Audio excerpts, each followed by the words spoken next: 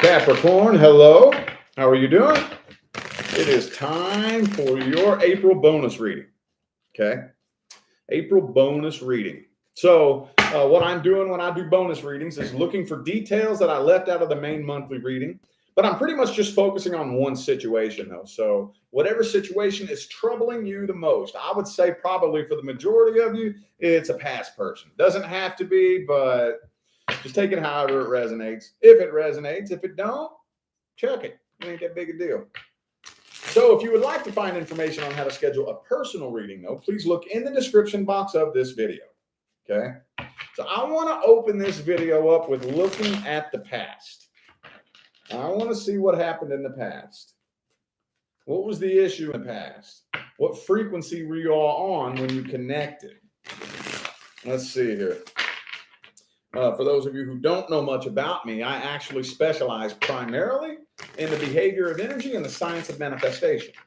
This is why the frequency you're on when you connect with somebody is so important, because that will tell you everything you need to know about what's about to manifest between the two of you.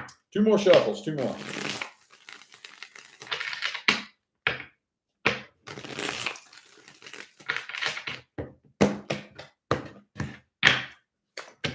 Ooh, 10 of Cups reversed. Oh, man. Why does this always come up for y'all? Why does this always come up? For the new faces, I say this all the time, but I have never personally met a broke Capricorn. I personally never have.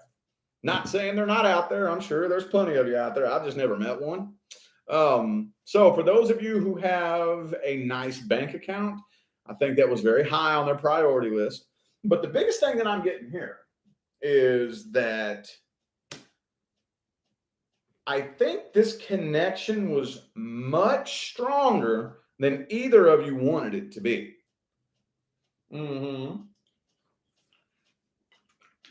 I think both of you felt a connection that I think the connection, well, I don't know about you, but I know for sure the connection definitely intimidated them. It definitely intimidated them. They were doing the best that they could to play it off. And I don't think they wanted this connection, not as strong as it was, because especially once we get a little bit older, into our 30s and our 40s, we've been hurt a few times, so we like to build defense mechanisms, all of us, we've all done it. We all have defense mechanisms built to keep ourselves safe from heartbreak and people fucking us over and whatnot.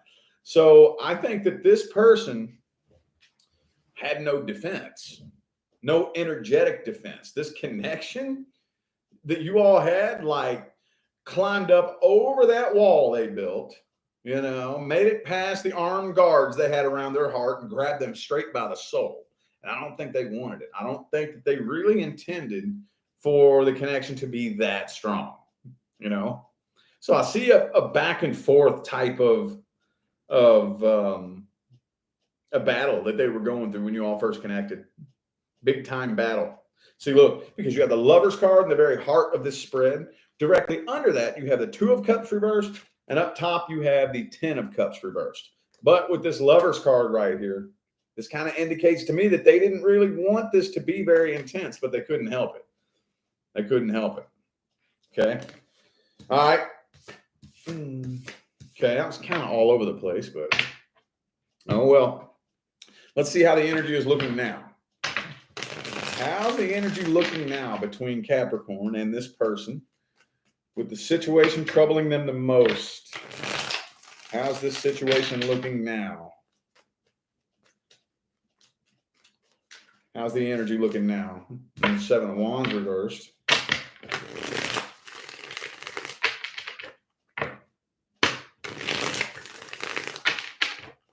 Two more.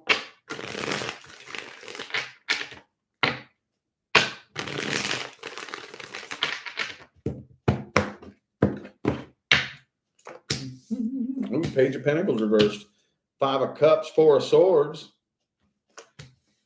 And the King of Cups. Okay. So I'm really getting this strong sense. Yeah, man, this person They're giving you the silent treatment, first of all, but I really see them racking their brain trying to figure out. They feel like they fucked it up somehow. Even if you're the one that like ended things. I know that's not everybody, but even those of you who you got tired of it and you just walked away, regardless of how it went down, I feel like this person they're blaming themselves somehow. They're blaming themselves. Am I not good enough? Am I not attractive enough? Am I not funny enough? Am I not enjoyable enough to be around? What's wrong with me? Why am I not good enough? Like they're blaming themselves somehow. They're blaming themselves. But for those of you who they did you dirty, they feel guilty. Oh, they definitely feel guilty. Oh, yes. They're losing sleep at night over this. They definitely losing sleep at night. I'm not getting a real straight to the point like how this went down. Some of you, maybe you walked away. Some of you, maybe they walked away. Maybe there was cheating involved. Whatever it was, this person is losing sleep and blaming themselves big time. They want things to go back to the way they were in the good old days. Okay. Let's see if there's going to be any kind of outcome here. What's the outcome look like?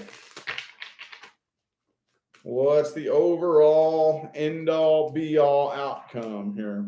Page of Swords. I do think there will be communication. I think there will be. Two more.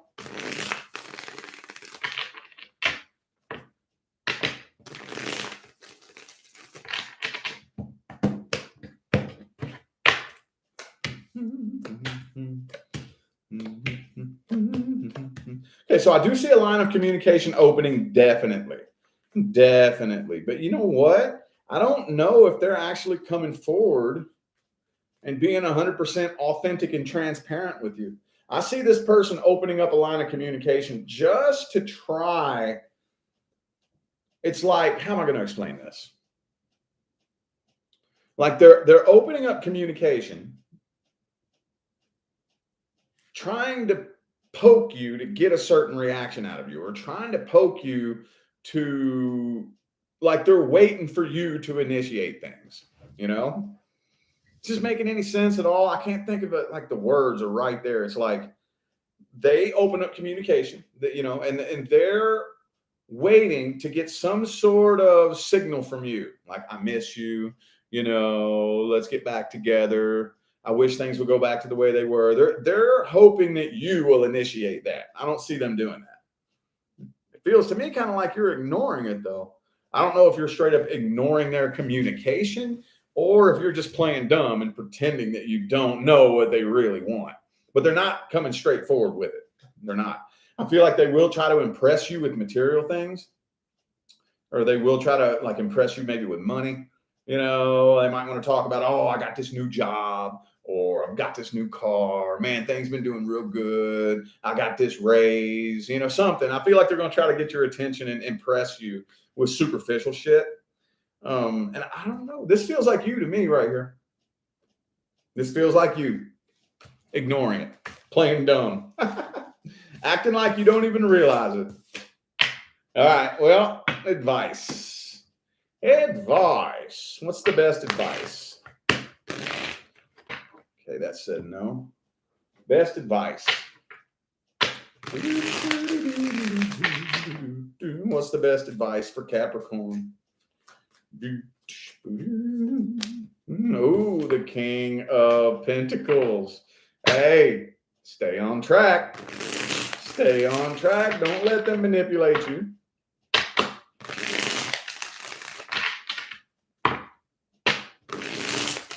All right.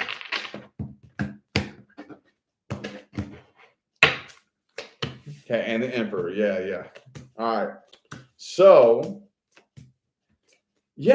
if they open up a line of communication, I feel like you're doing it the right way.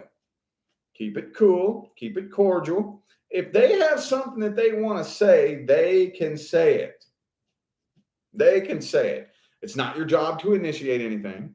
It's not your job to, like, we ain't got no time for this hint shit, Like, don't hint anything. We're adults. Communicate with me like a fucking adult. Don't hint at something or try to beat around the bush. If you have something you want to say or something you want to talk about it, let's talk like fucking adults, man. I just don't see them doing that. I don't see them doing that. You know, that's one thing. And I can't stand that hint and shit, man. That's one thing that gets on my nerves. You know, I will do that. I don't know about you, but if it was me, I would be. I will play dumb as fuck if you're hinting shit. Huh? What? Oh, I will. I will pretend. I'll play the dumbest son bitch that ever walked God's green earth if you're hinting shit. I will totally. Huh? Huh? Oh, I hate that. I hate that. I do not communicate with hints and suggestions. You want to talk? Fucking say it. You know what I mean? So, but don't ignore the person. Don't shut them out completely. That conversation does need to happen between the two of you. But if you let them win, the best case scenario, you will end up getting sucked right back into it and taking another trip around the merry-go-round all over again. I don't think you're going to do that anyway. But if you bend over and give in to their little hinting game, that's exactly what will happen. That is exactly what will happen. Okay? Exactly. Okay. It's kind of weird.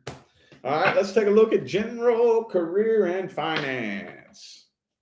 General career and finance. If you are not looking to make any kind of change or any kind of expansion or improvement or increase with career and finance, this will not resonate. Okay. Let's see what we got here. Let's see what we got. Ooh, Ace of Wands reverse, moving slow, isn't it? It's moving slow, or at least you think it's moving slow. Moving a lot slower than you want it to.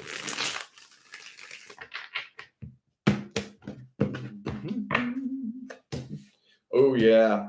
Yep. See, I mean, it's actually, there's a lot of back and forth movement here. That's weird. So, Hierophant, strength card. It's moving a lot slower than you want it to. I do see a new start happening, like either starting a new job or getting a new promotion or whatever it is that you're trying to do. It's happening, but this right here is so confusing. Look at this. Look at that right there. I think you feel it coming. You know it's coming. So some of you are sitting around waiting in anticipation, wondering when, where, why is it going to happen? That's kind of driving you a little bit nuts. But I think looking big picture, big perspective, it's not time yet. That's one thing that I'm getting here with the World card reverse. It's just straight up, the timing is not right yet. And I know that can be incredibly frustrating. Incredibly frustrating. Every little thing has to line up perfectly whenever you go to enter into the new cycle. And that's not that time yet. It's just not time, straight up. Some of you are contemplating giving up. Now, I've never met a Capricorn that gives up, but I'm sure we all have thoughts. You know, I've never met a Capricorn that gives in or gives up, but I'm sure you've thought about it. And I do see you thinking about it and contemplating it. But yeah, I'm just getting that it's on the way. It's right around the corner. It's just not time yet. It's just not time. When the time is right, okay, things are going to start moving for you. Whatever it is that you're looking for, whatever it is you're working towards. Some of you are working towards getting a new job. Some of you are working towards getting a new promotion, or maybe you started a business and you're waiting for sales to start picking up, or maybe you just want to start a business on the side or something like that. It's coming. It's just not time yet. All right. Freestyle general spread. Whatever wants to come through. Advice, things to watch out for, just whatever. Let's see. Ooh, 3 of Cups, man. I'm going to tell you what. I just told Sagittarius something similar to this. I told them, give yourself permission to take a break from time to time. I'm not quite getting that with you, but at the same time, give yourself permission to loosen up and have fun from time to time. You know, this is a big earth sign challenge. I have moon and rising in Virgo, so I relate.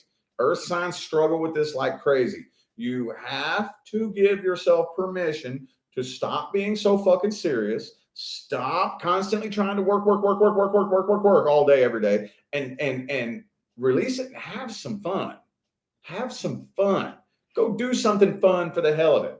You know, you're sitting there grinding away, doing research, building your business, and whoop whoop, and it just feels like you just feel the life force energy getting drained out of you. Stand your ass up and go walk your dog or something, or just put it all down and go watch a movie or something. Something.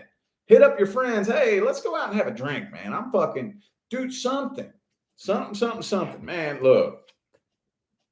So on the path to success,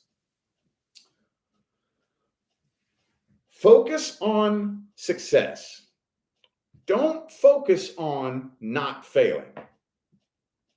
Make sense? This is tough. This is tricky.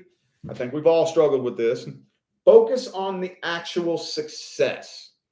I can see Manifestation Mountain over there on the horizon, and I can see the top of it. I'm focusing on the top of that mountain. I'm going to get to the top of that sumbitch, period. End of discussion. I don't care like how long it takes. I don't care how far I have to travel. I will overcome any obstacle, any whatever. I'm getting to the top of that bastard. I promise you. Come hell or high water. Don't try not to focus too much energy on simply not failing. You know, it's kind of like the classic example. Don't think about a green elephant, you know? Don't think about a green elephant. Don't think about a green elephant. Well, oops. I see a green elephant in my head right now, you know? So if we keep thinking, don't fail, don't fuck up, don't fail. We can't do that, man. Because again, failure is a part of success. And it's not even failure, dude. Like at the end of the day, whenever you actually make it, and I hate to use that phrase because you're never done. It's never over. But when you do climb to the top of the very first manifestation mountain, the first of many, you're going to see that they weren't failures. They weren't failures. That wasn't a failure. That was just part of the journey. That was part of the journey. Okay. Two of Wands in the reverse. Don't spend too much time trying to overthink and overanalyze. You know, do the best that you can, but make a decision. Take a leap of faith. You know, when you get on the path, you could be heading in the complete and total wrong fucking direction. You know, it's possible, but you have to pick a path and start walking first before the universe can intervene and guide you in the right direction. Put your foot on the gas and take your hands off the wheel. So don't spend too much time, you know, trying to figure out, trying to plan. Take everything into consideration you possibly can and make a move. Okay. Be very careful and picky and choosy who you get close to. Very careful, picky, and choosy. Take a look at the people closest to you.